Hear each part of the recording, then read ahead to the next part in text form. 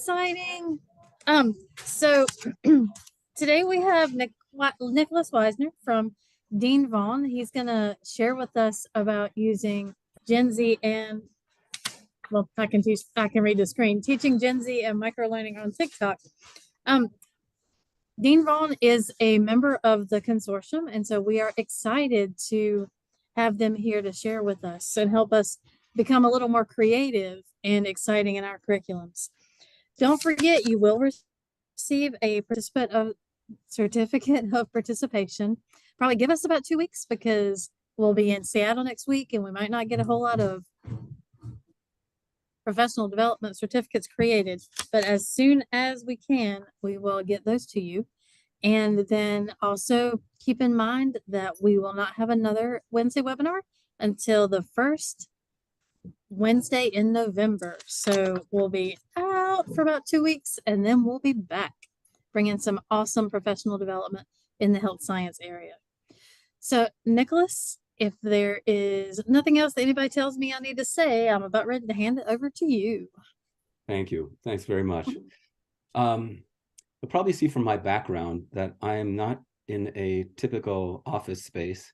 As I mentioned before, I've actually taken over my 21-year-old daughter's bedroom for transforming it into an office. So it's a work in progress, but it's a good introduction into my experience with TikTok because TikTok appeared about at the perfect time when my daughter was 17, I think. And she and I did several TikToks, and it was fascinating how she went from using TikTok as purely entertainment to, I would have conversations with her, just, like you have with your children, and saying things like, well, why don't you just Google it? And she'd be like, rather than saying Google it, she'd say, oh, I'll just TikTok it as a source for information and as a source of truth, which I thought was really fascinating. And my response, of course, was at the beginning was always like, like, how can you trust it, right? There's nothing that's curating it or that's checking that the facts are correct. And what's interesting, what's happened with TikTok is that, of course, lots of credible sources have gone to TikTok, universities, companies, and all sorts of institutions and organizations. And they're still trying to figure out how to use TikTok. I mean, of course, companies use TikTok to promote themselves and make things funny. And then, some companies have a very different approach. So what was really interesting with my daughter is that, we had this kind of evolution where she was really using TikTok to study and to not using Google or not using other sources. So out of that came kind of this project about a year ago that we decided to approach TikTok to use it as kind of an experiment, but also as we consciously decide not to make it a place of kind of like, the goofy fun stuff where people dance and things like that. We've seen that before, and maybe it gets a lot of views, but what we thought is, can we make this kind of an educational element and in a way, teach in a different format ways that we teach online or DVDs that our courses do, our medical terminology course or anatomy course. How can we do that through kind of a very short format microlearning? So these are kind of the results of what we learned. You can do it yourselves, and you can do it in different kinds of ways. We created a channel ourselves, which is Dean Vaughn, but you could also just use it as a learning tool, and this is kind of what we learned. So this is going to be a little bit weird. Tell me, can you see my screen? Is that okay? Is it big enough? Okay, good. So we all know that Gen Z is using an enormous amount of time on TikTok, and what we found is there was a fair number of healthcare educators and professionals on it, and kind of basically engaging with their students, or engaging not only with their students but just generally with the public, and then people would come to them. So if you've never really experienced TikTok, TikTok is an endless scroll type of app. So you go on it and then you start looking at things. It gives you things randomly. It asks you a few questions, but you can ignore that. You go on it, you start looking at things, and the time that you spend on it, on a post, let's say a small format video, will determine how the algorithm determine what more it'll give you of the same type of things based on the experience of basically over 1 billion people. It's extraordinarily powerful in how good that algorithm is. And if you downloaded the app, you would really see that, how it works. So this is the subject of our conversation today or presentation. Here's just a few facts that we thought were just remarkable. 70% of Gen Z are on TikTok, and 18% of them spend 5 hours a day on it. So can you imagine if they spent the time doing, anything else? A lot of parents would say it's a complete waste of time. I have a parent of two, one teenager and one now 21-year-old. Even my daughter says it's a waste of time, right? But what's fascinating is that she can't get off it, number one, unless she deletes the app, which I've done myself. Right now, I actually don't have TikTok on my phone just because, like a lot of apps, they just take up so much of your time. But if you're going to use it for educational purposes, or if you're going to use it for purposes to kind of discover, then there's some power behind it. So rather than fight it, kind of this is what we learned is kind of how to incorporate in people's daily lives. So just from a perspective of social media, Instagram is pretty popular, but not as popular as Facebook. This is overall. So this includes people our ages, people younger, people older. Big TikTok really dominates in terms of hours spent per month on the social media. What's also interesting is that it's not just for young people. It's fascinating that 32% are between 10 and 19. I'd probably guess, they're 14 to 19-year-olds. But if you think about 20 to 29-year-old, right, that's 50, 60%, but another 40% of them are 30 plus, and even 7% are 50 plus, which I put myself in that category. So there are lots of people in engaging, and I believe it's over 1 billion people now on TikTok who've signed up for TikTok. If you have any questions, you can just I can just pause once in a while, and you can just shoot away, or you can ask them in the chat area at the bottom right. I'm happy to stop and answer any questions. So these are some of the things that I think are generally accepted. And certainly we've noticed that with the students that we teach. Dean Vaughn, which is part of Peterson's, has basically high school students, 11th and 12th graders who use our courses, and then college students, career technical schools of all different types use us, and also, traditional four-year colleges use us too. So we have a lot of experience, and, the feedback that we get is consistent with this, which is, you can't just teach one way, you can't lecture, you have to kind of use a blended learning experience using lots of different tools. Dean Vaughn, I don't know how familiar you are with our Dean Vaughn courses, but, we really teach in an extremely, I would say, silly way. There's very little kind of the rote memorization. We use a lot of illustrations that are just goofy. They're, associations to elements, and it seems to work really well. Dean Vaughn has been around for 40 plus years, and I know it's been very successful. I joined Dean Vaughn about 2 years ago, and I'm the general manager of the company, which is part of Peterson's. But I know that lots of students who at once took the course have now became nurses or something like that, or medical assistants, and then came back into the teaching profession, and they're using Dean Vaughn. So it's this long history, and we're kind of going to these kinds of things. We have flashcard apps. We put the videos in and apps also. We have a lot of interactive activities that are used through computers. We have actually printed workbooks that we still use that students like, because teachers like that and students do too. And this is just another element of how to learn using kind of a blended style. The big thing is the visual aids. The students are on these visual social media, or even just consuming, if you have kids, you'll see that while watching a movie with you, they'll be on their phones, and they'll be able to absorb the movie and also do things on their phone. It's not as good in terms of they haven't really absorbed the movie, in my opinion, as well as they would have if their undivided attention is towards the movie. But at the same time, this is how they're learning. And it's really repetitive, bite-sized pieces, which is the definition really of the microlearning. And TikTok is really perfect for that.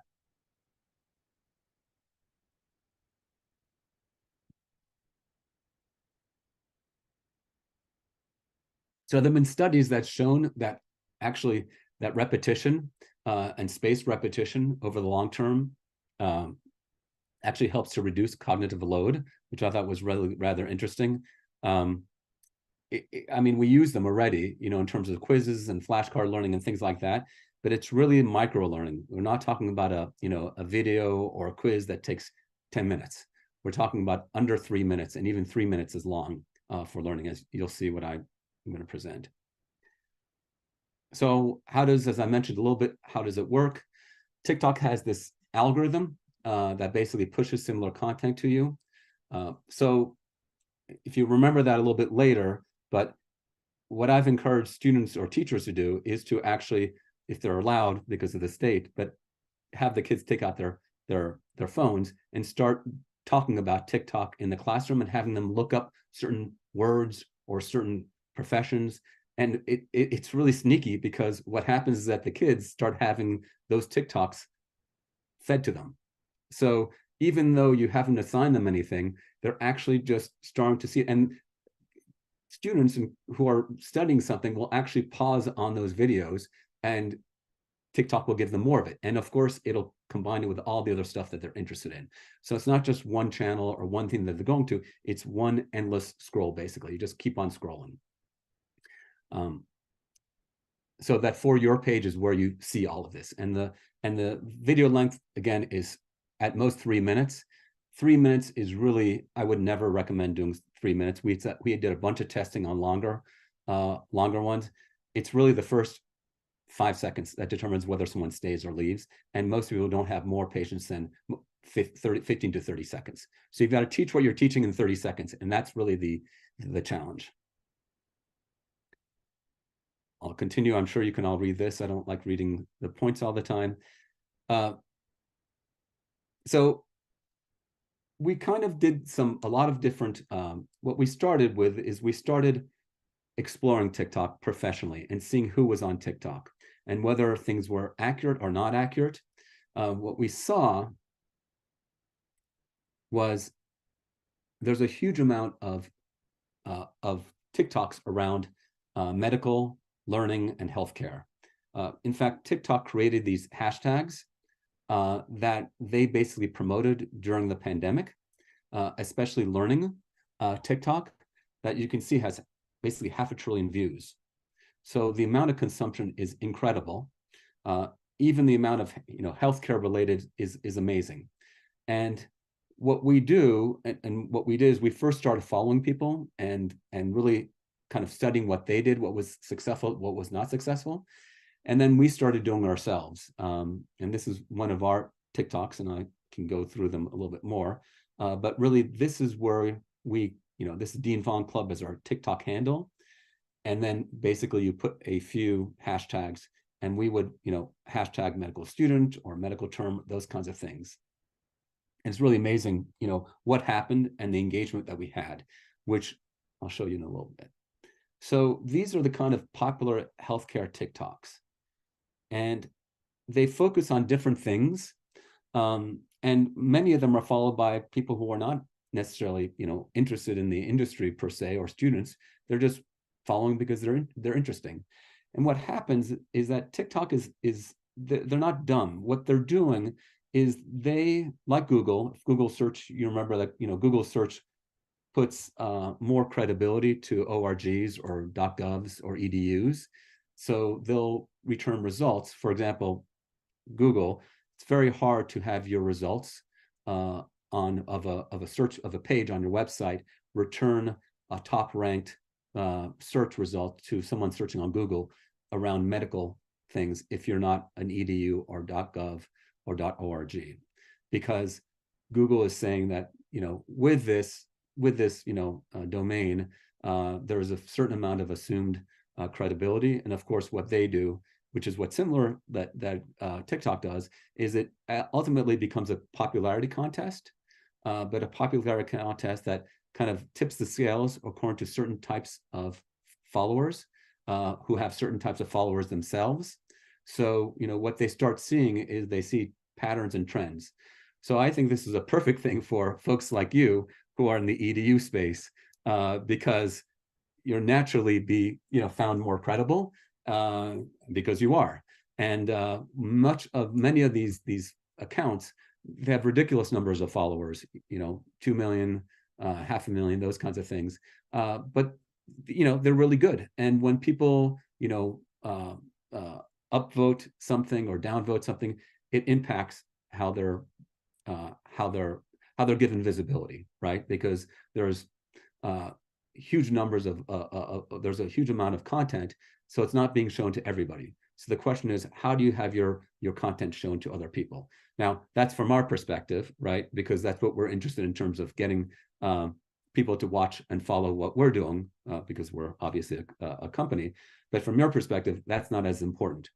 But I will say that it is important, or it becomes important, because as your students, if you create a TikTok account and if you put something in, your students won't necessarily get your content. They can follow you, but they don't really necessarily get it unless you create content that's compelling and other people see it.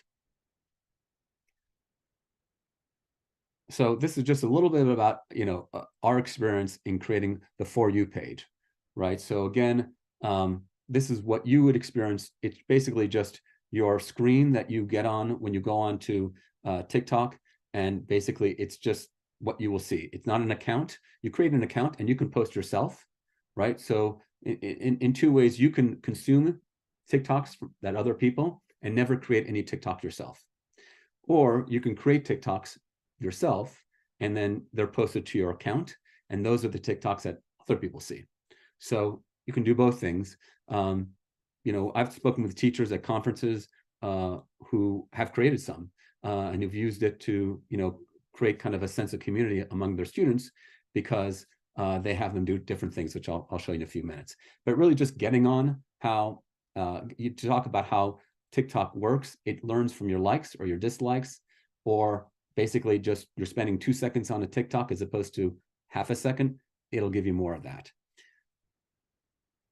You can search on TikTok, but you just don't necessarily do it. But I'll get to this later. Searching is a good tool to have your students search for certain things.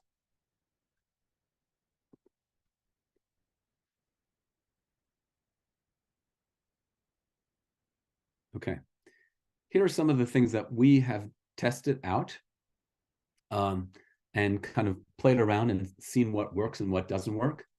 And if you're a teacher and you'd like them to use TikTok as a tool for discovery and learning, you have to introduce them to certain TikToks, and then what will happen is that they'll get pushed TikToks. At the same time, there's more uses for TikTok, and here are 3 examples that we've played around with, and actually they're very powerful. So one of the things we've done is to ask a group of kids to basically start to preview their next unit rather than going over something they previously did. Kind of ask them 2 questions, and they should basically use the search mechanism in TikTok to try to find the answer. And then what they can do is they can like it, or they can share it, or however they want to do it. But what that does is it gets them kind of familiar with, not necessarily TikTok, because I assume they are already, but familiar with kind of searching for these kinds of things. There's a lot of discussion around being on different kinds of TikToks. Students will, or people will say, I'm on the, I don't know, the fishing TikTok, or I'm on the snowmobiling TikTok, or I'm on the conservative or Republican or Democrat, liberal, whatever it is, right? And what happens is that you start to get a lot of content from just that kind of theme. So by introducing them to this type of medical TikTok, if they haven't done so yet, it really, it really gets them to be exposed to this kind of content. And when you're asking them to discover something that they don't know yet, it may be more interesting to them, right? As opposed to something they already know. The other thing we've done is really using TikTok to help them create project ideas, right? I mean, I think that comes up a lot with students saying, I don't know what to do with this project, or, give me some ideas, or you're, pressed to help them to give them ideas.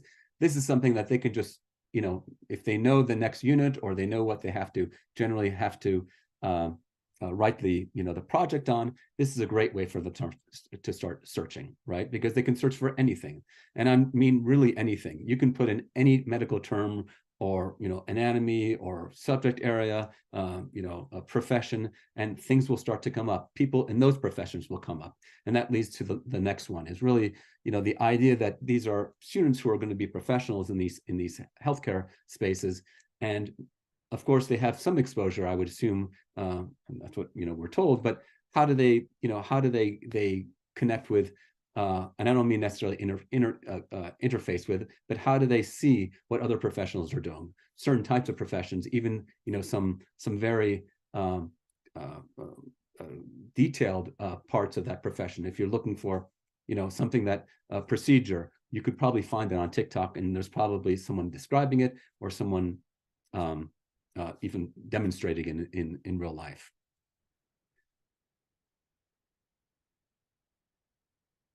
So if you're interested to create a TikTok channel, which lots of people do, and teachers I've spoken with do, and they basically create certain things, even they'll just describe what they're doing before a class, and they'll basically, because their students are following them on TikTok, then they'll get that and they'll see it, or they can go through class. And the other thing, around a classroom interaction is sometimes I've seen teachers encourage students who make TikToks to explain a unit or a concept to other students in the class. So they'll just literally record them in the class, and then they'll say, hey, take a look at this, follow me, and I just posted this, take a look at this, right? And then they'll trade them, and it's really a lot of fun. And it's not necessarily, it doesn't have to be right all the time. It's just there's a consumption value to TikToks that is dissimilar to Instagram. Instagram is very curated, everyone's living a perfect life. Everything looks has to be perfect. It has to be Insta perfect. On TikTok, it's real life. People show their emotions. People mess up. They're goofy. They're awkward, and there's much less judging in that regard. It's just it's kind of the anti-Instagram. So what we found is that if you're building a TikTok channel, this is kind of what we did. This is a couple months old, but over the first 6 months, we did kind of one TikTok every 3 days. And what we ended up with was basically, now we're over 10,000 followers, 8,000 followers. We created about 100 TikTok videos, but the number of views is really astounding, 650,000 views. Now, I will say that many of these views are people who have been fed this TikTok, and they're not, you can see all these analytics, and they don't spend more than, I don't know, 2-3 seconds. And that's absolutely fine, because what we found is around 5 to 10% of people are our kind of people, right? And they see it and they stay a minute or 30 seconds or 15, 20 seconds, which is the length of the duration of the TikTok. But if you think that even if, 5% of the views are people, 30,000 people, 35 to 60,000 people are likely students, and they fit the profiles from what we've seen. What we've also done is TikTok lives. Now, this may have been better during the pandemic when your students weren't in class, but if you do have students who are, remote, this is pretty interesting. We have done all sorts of things on TikTok in terms of live streaming. So you can do a live streaming session with your followers, right? And your students. So telling them, we're going to do a live stream today, and I'm going to be teaching something. It's just another way to get your students to interact. It's fun. What we found was quizzes were the most popular thing. We did some teaching of our medical terms that, we kind of did that in live, and we moved from one thing to the next. But really what we found was the quizzes were fun because it's interactive. And there are so many other ways to do quizzes, and it's almost, it's kind of silly to say that this is the way you should do quizzes or one way to do quizzes, but really the point is it's another way to do quizzes, right? So if you've done quizzes in a different kind of way, Quizlet, all those other ways, that's fine. But if you put these quizzes on, if you do this live, right, or if you create them as TikToks, they'll be there, and students who are on their phones after school will see that.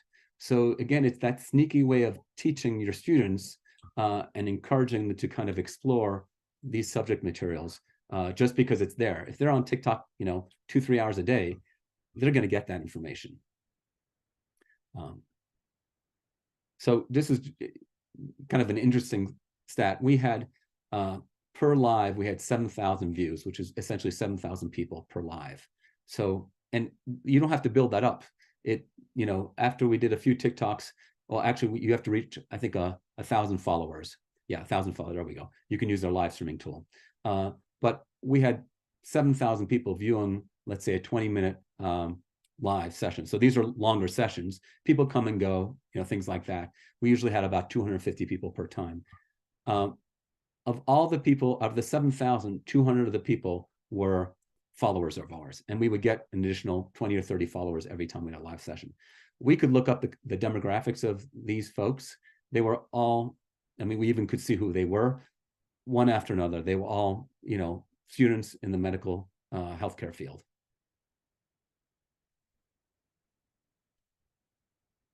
So here's a couple of things that we tried that worked and didn't work. We named different things.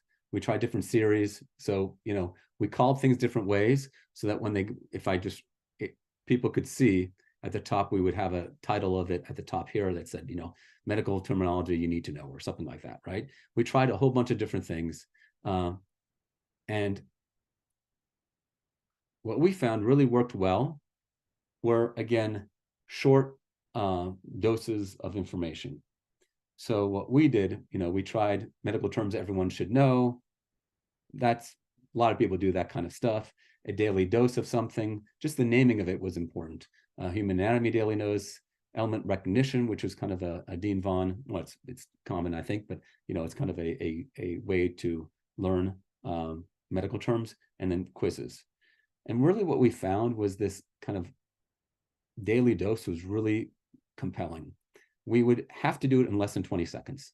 So how can you teach, a medical element in less than 20 seconds? Well, it's a challenge, but the interesting thing is that the person who sees this they may bookmark it, right? To get it to remember it for a future time so they can go back to it.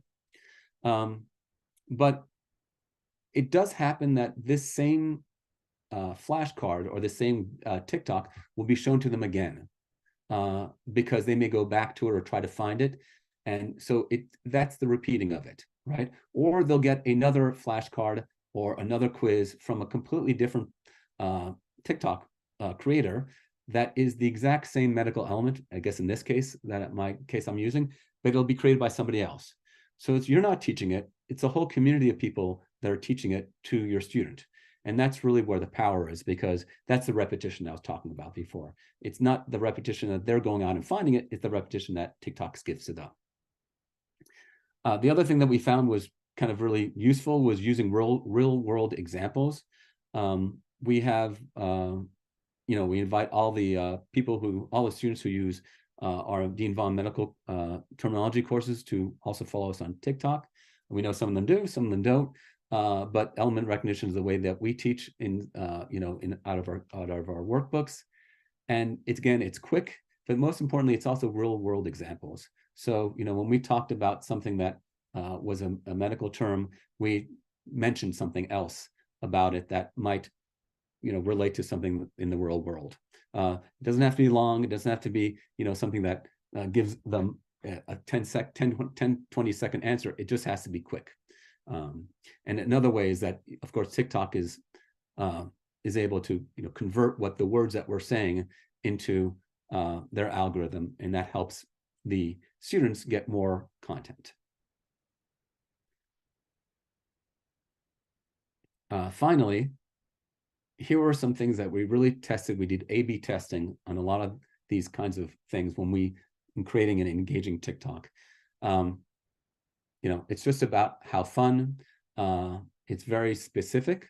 No matter how niche it is, that's really what works. Obviously, passion.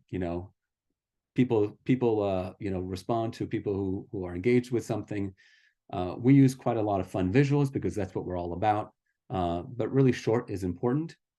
Bright titles, we did a lot of testing, A/B testing I mentioned. Green and blue work best. I don't know why, but in this field of medical and healthcare, green and blue work best. And we tried all different colors.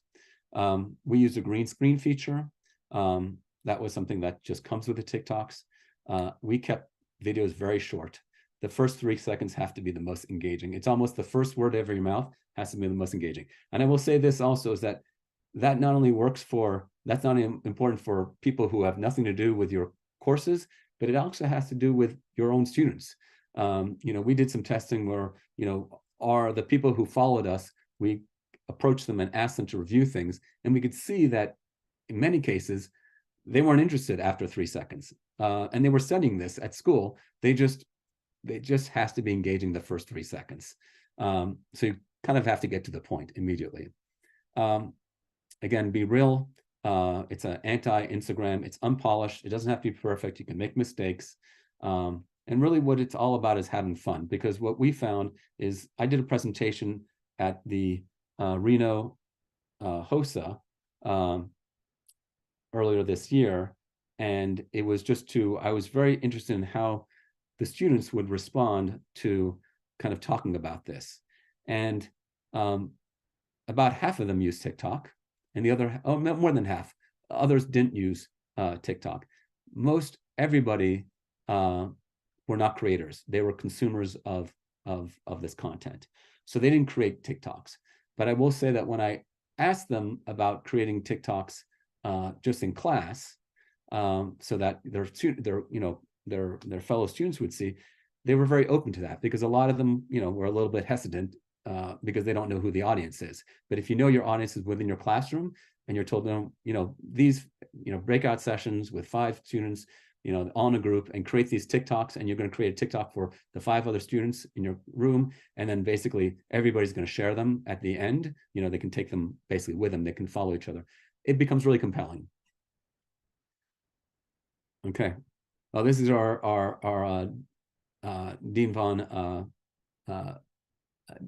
club on TikTok. And this is actually, we have a medical terminology app that has videos and things like that. It's not a free app, but it has quite a few, it has a couple modules on it. And if you're interested, if someone shares my email, or you can go to deanvaughn.com and kind of fill out a form, I'm very happy to give everybody the free app. Okay. Questions, comments? Nicholas, do you mind just dropping your email into the chat? Because I don't think that we have that. Absolutely. Or I would share it, but I don't have it. Absolutely. Where's the chat? It should be near your share screen button at the bottom. Got it. Oh. I see a lot of people who wrote. I'm not on TikTok at all yet, and I didn't even realize TikTok had a live feature. Yeah, it's really a lot of the engine behind it now in terms of people who live stream. It's used for a lot of commercial purposes, but it's also used for a lot of teaching, and not necessarily in the classroom, but people who are just teachers will just live stream something. I'm not exactly sure why they do it. I think they kind of, I kind of do know they like the, they like the interaction, the sense of community. And the nice thing is that when, when students start to follow that, or they see it live, they watch a live, then, they'll get more of that content, the same content in their feed. And the way that TikTok, it really pushes, it's all about push. And it not only, you don't have to find the live, it actually, the live is presented to you. So you'll see kind of a short video that's been pre-recorded by somebody else like us. And then you'll scroll up, and then suddenly you'll see, a live happening right in front of you. And it looks just like a regular one, but you just click on it and you join the live, and you can kind of see, what people, you just essentially just watch it. So if we wanted to follow you on Dean Vaughn, would that be the Dean Vaughn Club? Yeah. Is exactly. that where? that how we would search you? Yeah. Okay. Oh, I did have one other question I jotted down while you were talking. I know on a lot of other social medias as teachers, we're discouraged from having our students follow us and follow our students. I guess that's not a problem with TikTok. You mean in terms of you following the students? Yeah, like with Facebook, we're really discouraged from following them or Right. letting them follow us. You don't have to follow them. And the TikTok account you create can be your professional TikTok account. You can actually, if you had a personal one, you can actually have a professional one too. Mm-hmm. So, it allows you to just use, the content that you create at school and just create that. And if you're really into it, you can create your own account, also a separate account that you can toggle between really easily. I'm reading a couple of the comments. Someone said TikTok is owned by a Chinese spy company. So that's a really interesting comment. Yeah, it's owned by a Chinese company that's called ByteDance. I don't think it's well, I'll just say this is my own personal opinion. I've been in the tech field for 25 years and all sorts of things. They are no different in terms of what they collect than Google. The question is whether you trust what they're going to do with that information. They have the ability to, they capture your email, your phone number. Can they take over your camera? I have no idea. Can Google do that? I have no idea. But they are in the business of making money.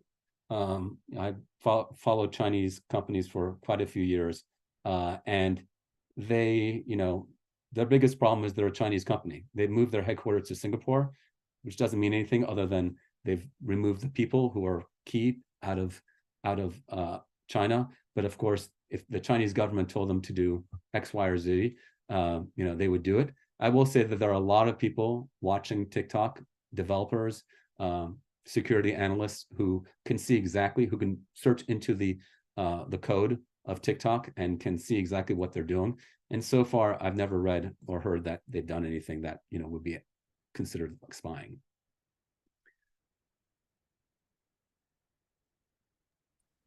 So Nicolas, with the Dean Vaughn app, I just want to download it then.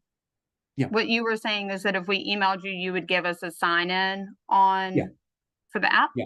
Wonderful, because I know that that's something that I could try and then have my students look into as well. Absolutely. Don't email me first. Don't download it and sign up yet. Okay. It'll be easier for us to sign you up if you just email me, and then we'll set you up. We'll send you an email that will link right to the app, and basically you can just do that. Oh, that's a nice comment. I just read Melissa Sparks. The audio name's great. We are, just as a side, for the first time in several years, we're completely redoing the illustrations. So it'll be the same audio names, but we're completely bringing them up to date. And I think it's been something that's been long in coming. So that's something that will happen. We're still going to sell the DVDs because lots of schools still want to use DVDs. This will all be released for June of next year. So, and we also have an online course which has all the same audio names, the videos, but it has a little bit more in terms of the interactive activities, flashcards that are in the online course. And of course, both the DVD course and the online course come with a printed student workbook that students can work through. And the online one is aligned, exactly with the online course. So that was a lot of work we had to put in to make sure that it aligned perfectly. So as they went through every section, every module, it was aligned. That's awesome. That's one of the complaints I would say that I get from using Dean Vaughn in class is the students, they say it's so boring, or they don't like it because it is outdated. So that's awesome that it's being updated. They learn it very well anyway, but when they're in class, they'll complain to me, but then they come back later and they're like, oh, that was so good. I'm so glad you did that because it helped me so much with XYZ class in the future. Yeah, we have as I mentioned before, we have a lot of I guess believers in the way that we teach, and we haven't changed it much because we have such good response. And in fact, a lot of ELA students, English language acquisition learners, use Dean Vaughn too, because it's a more visual way to learn. And we've had a lot of teachers have had a lot of success with it.